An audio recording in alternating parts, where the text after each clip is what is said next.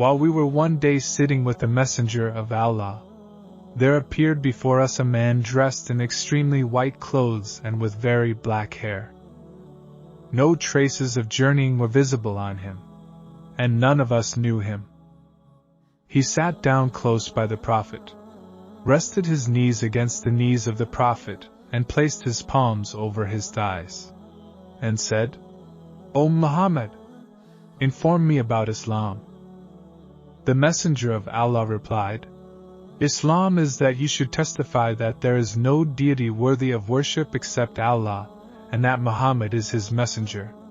That you should perform salah, ritual prayer, pay the zakah, charity, fast during Ramadan, and perform Hajj pilgrimage to the house, the Kaaba at Makkah, if you can find a way to it, or find the means for making the journey to it." He said, "You have spoken the truth."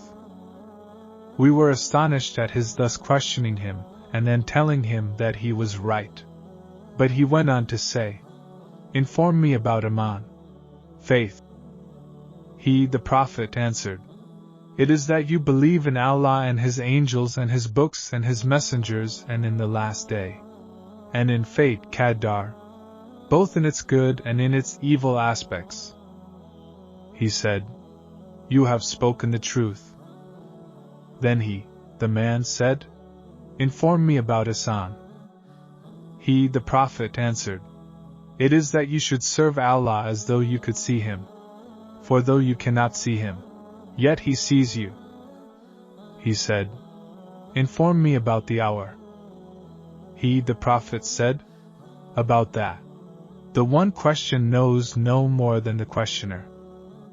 So he said, "Well, inform me about its signs."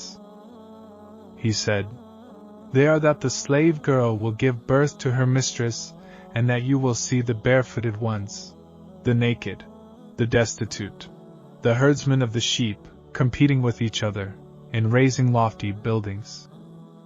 Thereupon the man went off.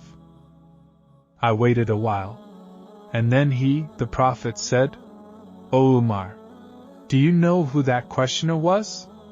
I replied, "Allah and His Messenger know better."